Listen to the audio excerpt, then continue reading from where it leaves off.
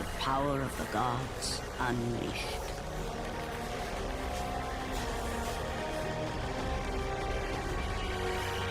You are still just a mortal.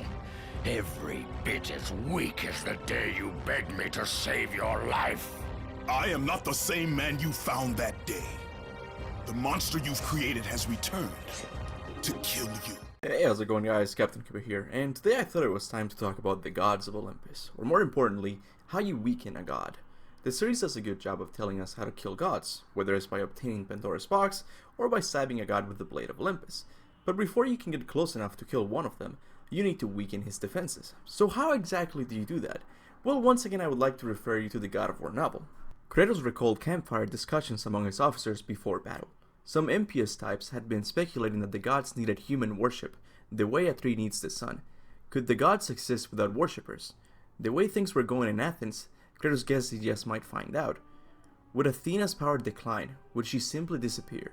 Zeus might prohibit one god from killing another, but Ares might have found a way to sneak around that ban. In the past, Ares had always chosen brute force over subtlety, but perhaps he had learned his lesson. While the siege of Athens had the trappings of Ares' old rage, he might have had a different strategy in mind. Kill Athenians and Athena lost followers. Kill enough of her worshippers might abandon her for other gods, and who better to worship than the god of war who had just defeated their goddess. So Kratos suspects that Ares is destroying Athens in the hopes of weakening Athena and perhaps even killing her. This thought process might even be seen when Ares ordered Kratos to burn a village known for worshipping Athena. They've built this temple to offer prayers to Athena! This entire village stands as an affront to Lord Ares! Burn this village!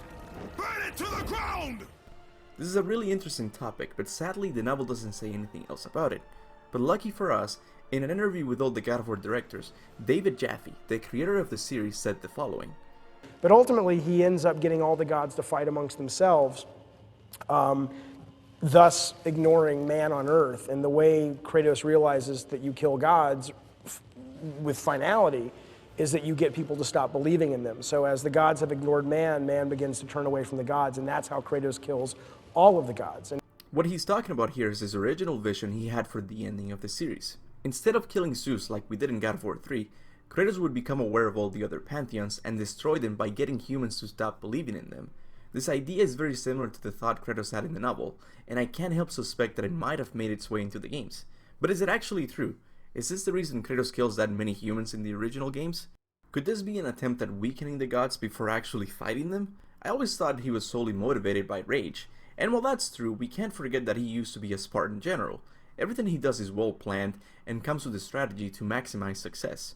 Even in the new game, he uses the thing he hates the most, his rage, as a weapon.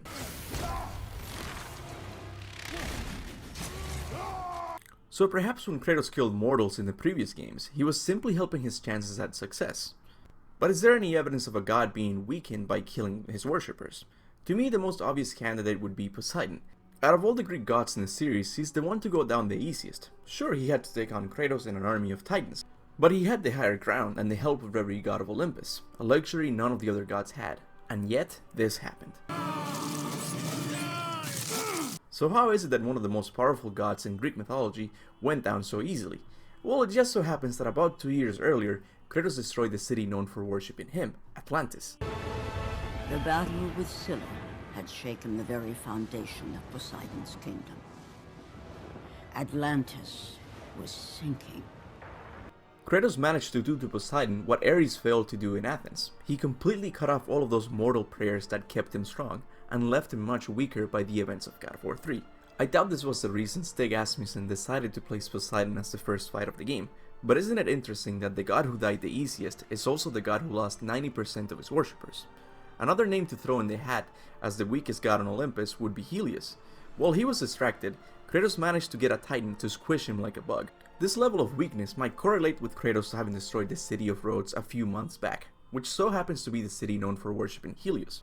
And to top it all off, Kratos destroyed a statue built in Helios' honor, the Colossus of Rhodes. If this is in fact true, I can't help but wonder why Kratos didn't destroy the statue of Zeus used for worshipping him. It might have been an easier fight after all.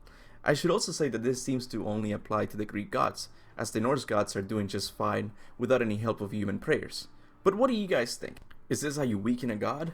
Do less worshippers mean less power flowing to the gods? Whatever your thoughts are on the topic, make sure to leave them in the comment section below. A big thanks goes to all of my members, people like Adeline, Stefak, and Kanaruhi, to name a few, who go the extra mile by supporting my channel monthly. If you enjoy my content, consider doing the same by clicking on the blue join button. But if you can't, you can always support my channel by liking my videos and sharing them with fellow God of War fans. And that's gonna be it for today. Thanks for watching, and remember, go forth in the name of Olympus.